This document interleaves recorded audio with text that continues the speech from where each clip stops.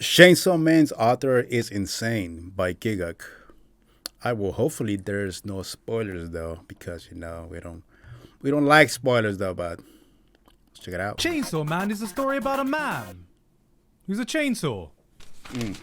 I like the placement of the chainsaw. I saw that. The placement. Man who's a chainsaw. I see you. I see you.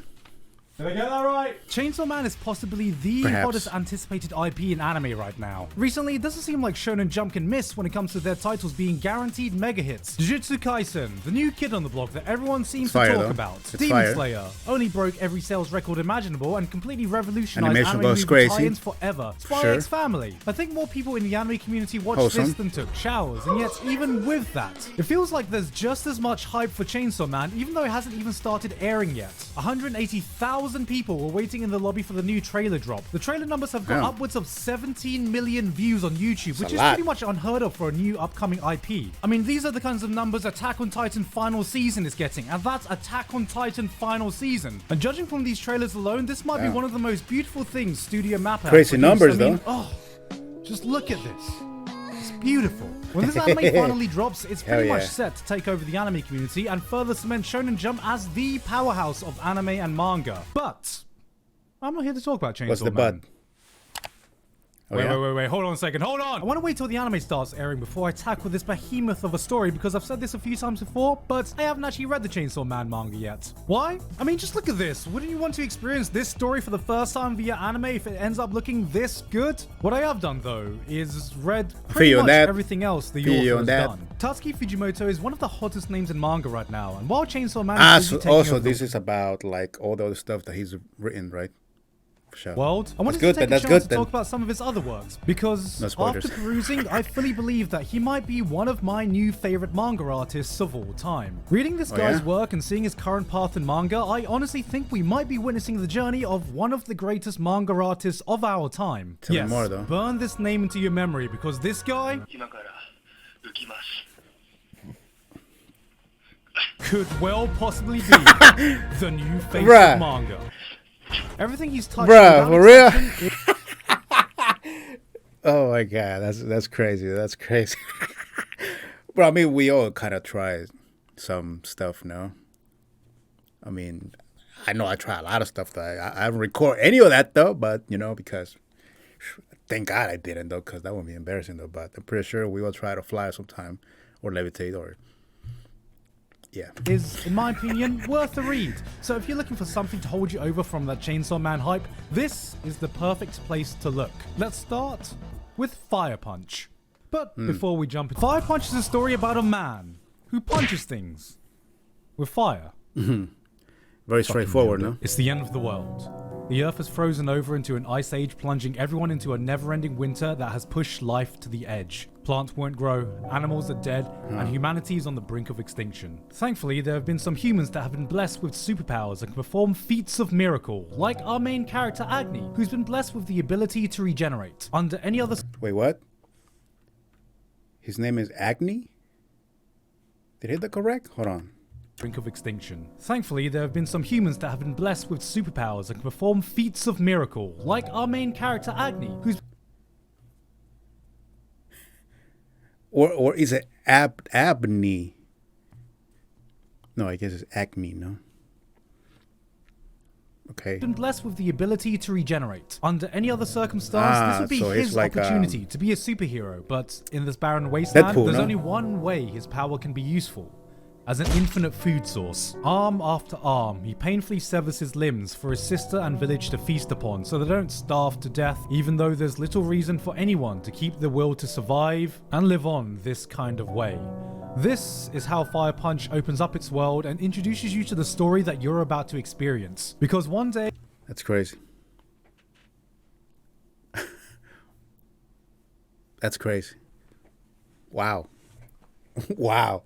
after encountering another group of people who find out this village has resorted to cannibalism to survive, another blessed human takes it upon himself to cleanse the entire village with his own powers by burning everyone alive with a flame that cannot be extinguished. Wait, so is that how they call the people with powers the blessed ones? Right, because he just said another blessed human, right? So maybe everyone that has powers are considered blessed amongst everyone that Yeah, no, yeah, for sure. Until the subject is dead. Unfortunately for Agni, this means he's been set ablaze with a flame that will never stop burning him, as he regenerates faster than his body can turn to ash. For 1 whole year, he could do nothing but writhe around in pain, constantly burning to death but unable to ever die. 3 years pass until he can slightly move around by chewing his tongue off to distract him from the pain. 5 years before he learns to breathe with the pain of the flame searing his lungs upon every breath. And only... Bro, that is hell. That is fucking hell. My... Bruh, this story sounds bonkers though. When is the anime? Where is it? When? Hey, I'm waiting already. When? I need to see this. I need to see this. Bro, what? After 8 years of constantly burning, is he fully able to adapt to the pain. And the first thing he does is he makes a fist, engulfed in flames, and goes, "I'ma punch that motherfucker who did this to me." Yeah. How's that for an origin story? Oh, look at this man with the little spider bite. What's the little spider bite painful? Did they give you a 8 years, homie. Eight.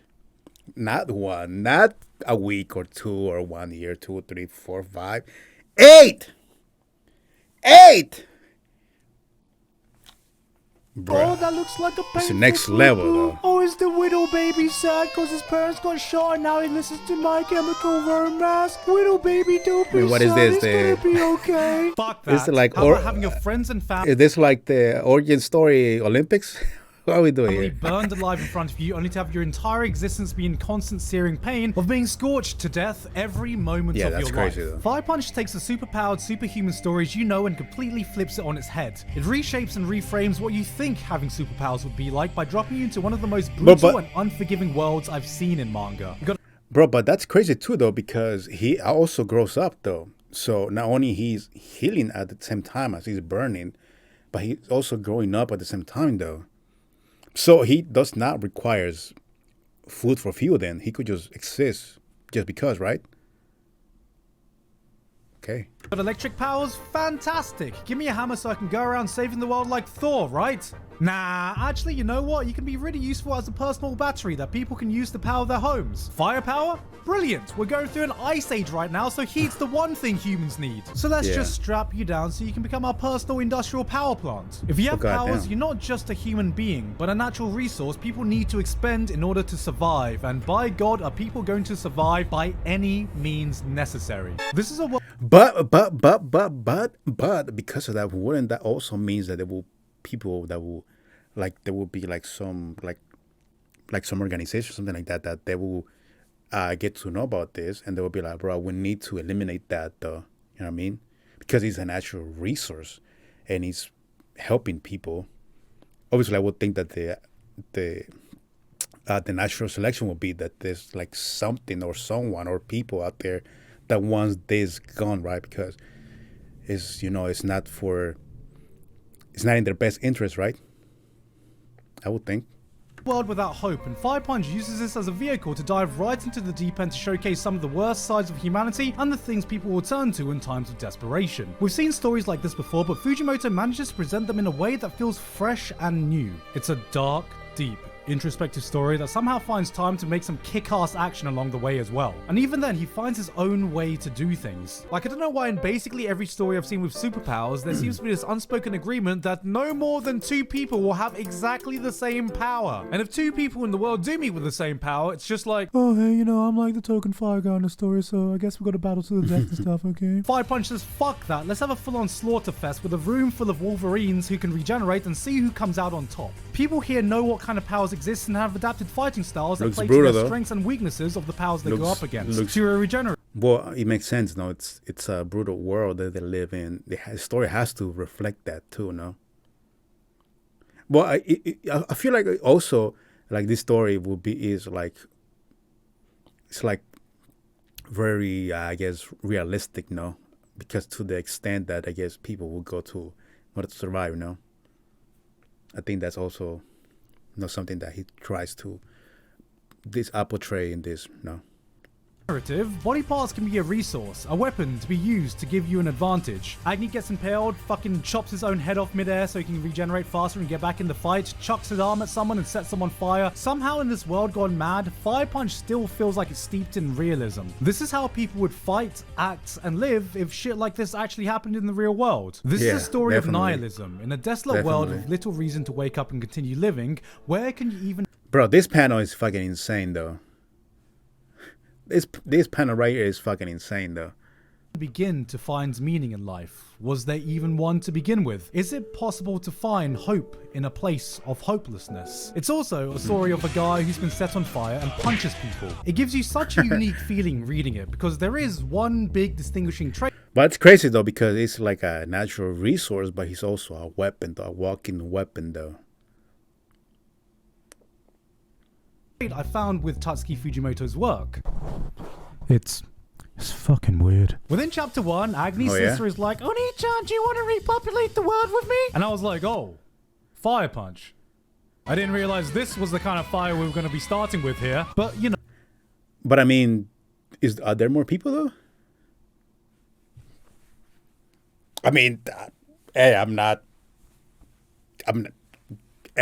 just saying though. I mean, is there more people in this town other than him? I don't know. I mean, let's get going. Before she can light the flames of the incest dump. Bro, I mean, like probably no. Maybe everyone's just probably like really old, and she's like, bro, I don't like them fools. Maybe never mind. I'm not gonna say that. It's the fire. She just became one. Heyo! One of the characters has an entire arc where they want to make a movie and cast Agni as the main character, which is like.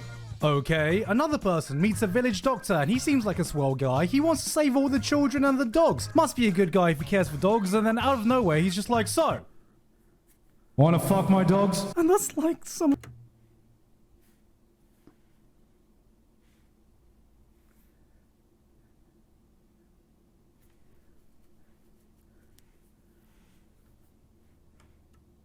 the more normal plot developments that happen. The second half of Fire Punch is a psychedelic acid trip that goes more off the rails the more pages you turn, and I'm definitely gonna need another video to break this down because I need you guys to know. I can't be the only one to know what it feels like to be on Fujimoto's wild ride.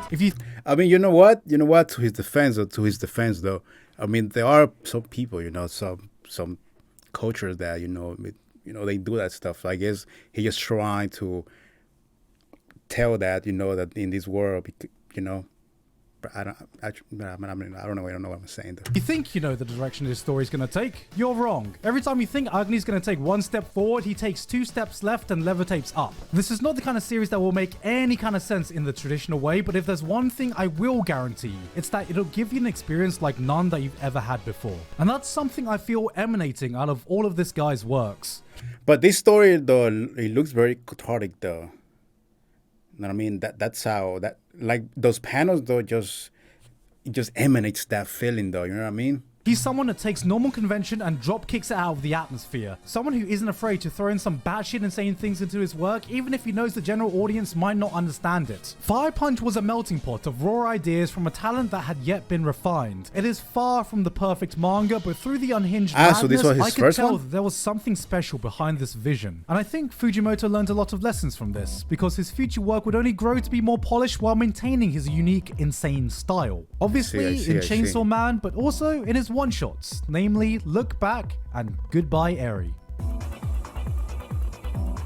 Most manga one-shots you see are around 50-ish or so pages, acting like an extended manga chapter, and yet this guy somehow had the gall to do 2 very notable one-shots, one being 143 pages, and the other being 200 pages. That's not a one-shot, that's an entire fucking manga volume, which I believe in the manga world we refer to as absolutely fucking cracked. But it was in reading these 2 titles that changed my perception of Fujimoto from just being a talented manga artist to being an absolute genius. Both of these one-shots tell stories you may be very familiar with. Look Back follows the life story of 2 manga artists that become friends, and Goodbye Eri is about dealing with the grief at the loss of a loved one. But they both take their own very weird turn with their own weird Fujimoto flair that will take more time for me to describe than for you to just go ahead and read them, so please just go fucking do that. They're both available on on the Shonen Jump app, and I guarantee you're not going to find a better way to spend 30-ish minutes of your life. What I realized is that Fujimoto has such a unique style of storytelling that feels almost intimate in a way. The man has a grasp of manga in a way others could only dream, and I think both these stories fully display what makes him so special. This is what it's like seeing a genius visual storyteller at work. He knows when to use dialogue and when to shut up and let his panels do the talking. Take this scene from Look Back. Fujino is just a kid who draws manga for fun. Her comics get published in a 4th grade newsletter and everyone praises her for it. She's talented, they say. She's the best there is, they say. There is no one that could be better than her. Then there is She one.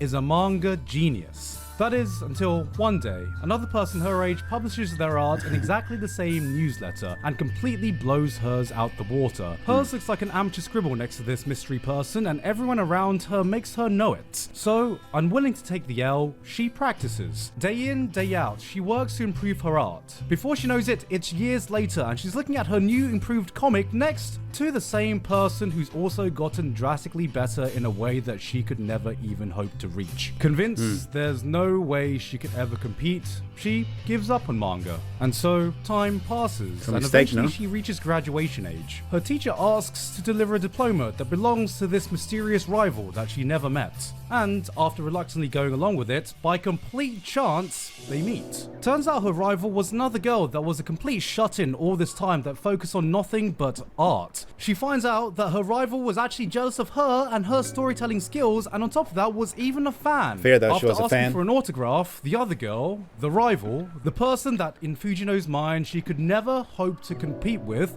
calls her a manga genius. And then, after saying goodbye, all you see her doing is walking away, and you see this, this, then you turn the page, and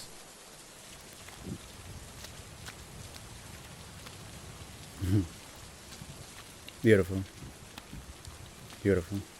it's rare to see such a mastery when it comes to visual storytelling. You can feel a wave of emotions shifting and turning in a way that's normally impossible to convey on a still page. Joy, excitement, validation, vindication. This didn't feel like I was reading a manga. It felt like I was watching a movie, not with rough storyboards, but with real actors conveying their subtle emotions. And that's the magic of his work. It feels very This realistic, art is able though. to portray such a range of emotions and impact. One panel could be a silly character making a dumb face, and then the next could be a beautifully haunting existential nightmare. Yeah. The kinds of panel with such striking imagery that it will be burned into your psyche for years, decades for your life to come. It's this ability to switch on and off at a whim that makes Fujimoto a master. We are just puppets on his stage, with our emotions tethered to whatever he wants to express. And all this is on full display in Goodbye Eri, which is one of my favorite pieces of short fiction I've ever read. The manga focuses on a boy trying to come to terms with his mother passing away from cancer, and he does this by making his own movie that he films, with his own very weird and twisted personality. What makes this special isn't just the story that's told, but the way manga is used as a way to tell it. Almost every page in this manga is split into 4 panels, almost like they are frames from a movie itself, the movie being made in this story. Sometimes we are cutting to different scenes, sometimes it's a behind the scenes shot, and sometimes there are entire double page spreads of almost the exact same panel, just so we can see subtle movement and expression. Which means the few times a page breaks this paneling formula, it impacts you in a new way I've never really experienced. It hits different, okay? I tried to find another way to say it. There isn't. It just hits fucking different, alright? The narrative takes you on the journey of what you perceive as real, reframing your perception as you continue reading. Right up until the end, it weaves in and out of some perfect blue-esque reality, and we're here to figure out whether we're watching a play or whether we're watching real life unfold. The fourth wall isn't broken. The fourth wall is removed entirely, and we as an audience are wondering if it ever existed in the first place.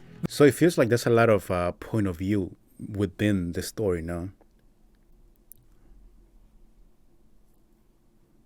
Like that. It feels very movie-ish, though. You know what I mean? I'm not sure if I ever seen a show that does something like that, though. But I think I've seen a movie that does something like that, though. I cannot recall that, though, which movie, though. But I think I've seen something like that before. This isn't a manga. This is an indie film that's been playing inside of Fujimoto's mind, and we've been lucky enough to get front row seats at its screening. Somehow, he's made cinematic manga a thing. This one-shot packs more emotion in these 200 pages than most manga do in their entire run. There are twists, there are turns, there's that same Fujimoto weirdness that takes you to a place you'd never thought the story would go, but at the end of it all, there is a message, loud and clear, that culminates in a final panel that blew me away. This was, in the simplest of terms, let me see. a masterpiece. If it was a real screening, I would have stood up and given a standing ovation. And that's why I don't think I'm overstating it when I say Tatsuki Fujimoto could be one of the future GOATs of manga. It's rare that... But yeah, he's great at like displaying emotion though, like capturing the moment, you know what I mean? That's very hard though, because you might think, oh yeah, this might be good, right? But then if you're not like have that, I guess, like emotional intelligence, I guess, that where you could see something impactful, right? Because everyone just could has that ability to capture a moment like that, you know what I mean?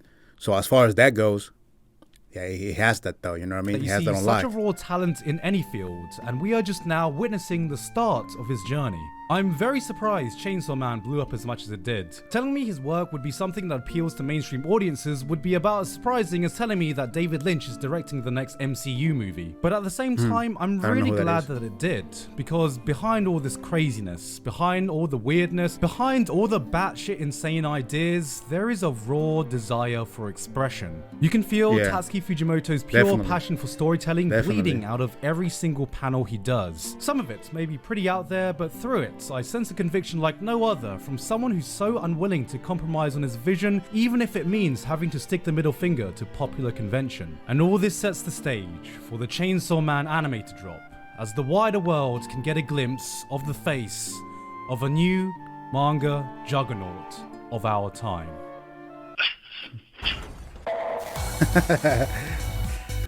No, yeah, he's great. He's fucking great though. I mean, he's very creative though, because those are 4 different stories though, and they have their own unique style, feeling, you know, and storyline. You know what I mean? That's sick. That's sick. Bro. It's crazy, you know, that like the smartest people or that the most creative people is always like some weird ass fools that have like think this crazy way and have these crazy ideas, but you know, the art though.